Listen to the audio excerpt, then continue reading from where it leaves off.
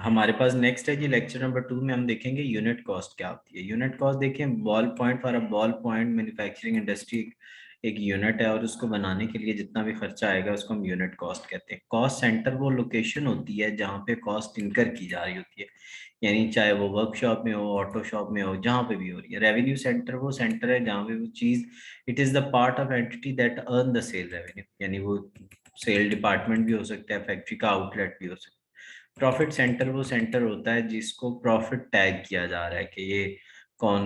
Investment centre वो centre होता है, ब्रांच या डिवीजन जहाँ पे हम इन्वेस्टमेंट कर रहे हैं, पैसा नया डाल रहे हैं। रेलेवेंट कॉस्ट वो होती है जो हमारे डिसीजन को इम्पैक्ट करती है, और इररेलेवेंट जो हमारे डिसीजन को इम्पैक्ट नहीं करती। वो जो ऑलरेडी इनकर हो चुकी है, रिकवर नहीं होगी, वो संक कॉस्ट होगी, और वो और इस डिसीजन मेकिंग पे कोई इम्पैक्ट नहीं डालती। अपॉर्चुनिटी कॉस्ट वो होती है जो एक चीज को हासिल करने के लिए हम जिस दूसरी चीज को सेक्रीफाइस छोड़ रहे हैं, उसका हम अपॉर्चुनिटी कॉस्ट कहते हैं।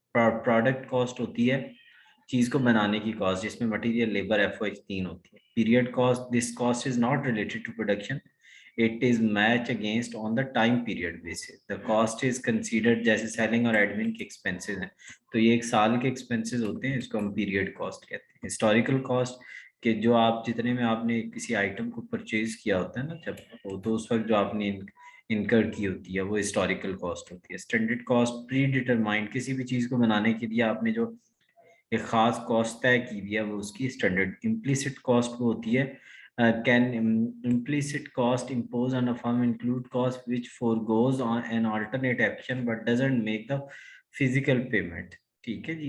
इट कॉस्ट आर, आप फिजिकली उसके रिलेटेड को पेमेंट नहीं कर रहे होते। जैसे मालिक का अपना पैसा है, उसने बिजनेस में डाला हुआ है, तो वो इम्प्लीसिट कॉस्ट है, यानी वो सामने आपने आपको, अब पेमेंट तो बिजनेस उसको नहीं कर रहा, लेकिन फिर भी क्या है कि वो इम्प्लीसिट कॉस्ट है। वो यानी वो पैसा कहीं और डाल देता तो उसको कुछ अर्निंग होती ना। एक्सप्लिसिट वो कॉस्ट होती है जिसकी आप पेमेंट कर रहे होते हैं। डिफरेंशियल और इंक्रीमेंटल कॉस्ट वो कॉस्ट होती है जब आप नए, it is the difference of the cost of two or more alternative.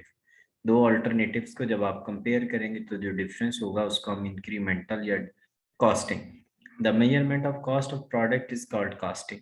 Cost accounting वो accounting, it is established the budget, standard cost and accrual cost of operation, process activities और the product and various analysis.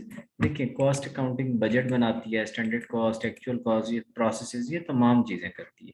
Prime मैंने आपको बताया था, material, labour, इधर या other direct को भी कहता है। कन्वर्जन, लेबर और एफओएच को ऐड करें, जब दोनों को इकट्ठा कर लेंगे तो प्रोडक्शन कॉस्ट। प्रोसेस कॉस्टिंग और जॉब कॉस्टिंग, जब आपको एक खास किस्म का ऑर्डर मिलता है और उस पर आप मटेरियल, लेबर, एफओएच लगाते हैं, तो उसके लिए जो अकाउंटिंग यूज होती है वो कॉस्ट। और जब आप एक जैसे यूनिट्स प्रोड्यूस करके मार्केट में बेची जा रहे हैं तो उसको कहते हैं प्रोसेस कॉस्टिंग। देखने हुए तो ये देख लीजिएगा जी आप एमसीक्यूज वगैरह।